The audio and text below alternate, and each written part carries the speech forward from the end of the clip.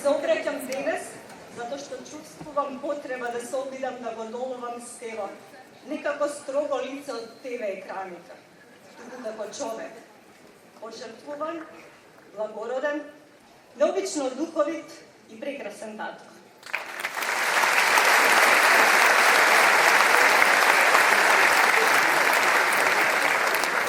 Стево го запознав кратко пред да ми се случи најстрашниот момент во мојот живот.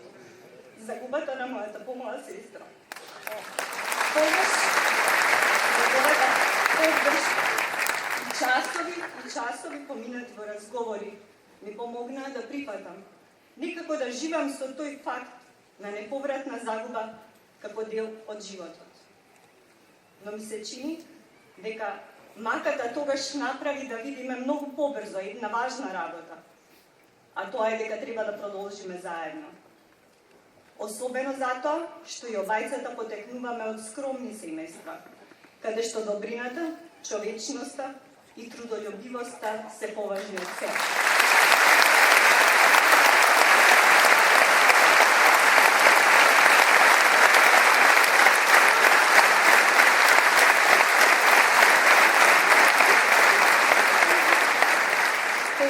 За 10 годишнината од бракот, повеќето жени добиваат скапоцени подароци.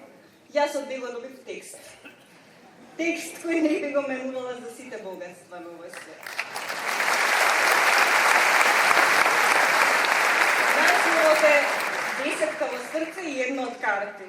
10 за 10 години заеднички живот, а едното од карти за она прекрасно суштество во публиката,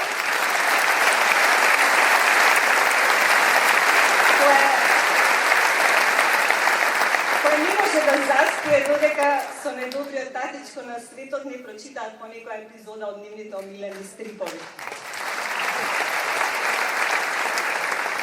Стево од секогаш ме поддржувал во мојата работа. Секое мое отсуство и враќање го засилува чувството дека најсрекна сум кога сум тука, дома, во Македонија. Јас најдобро знам дека сакам и огнем, кога ќе порасне, да остане покрај нас, дека заслужува иднина, како и сите наши деца, тука во Македонија.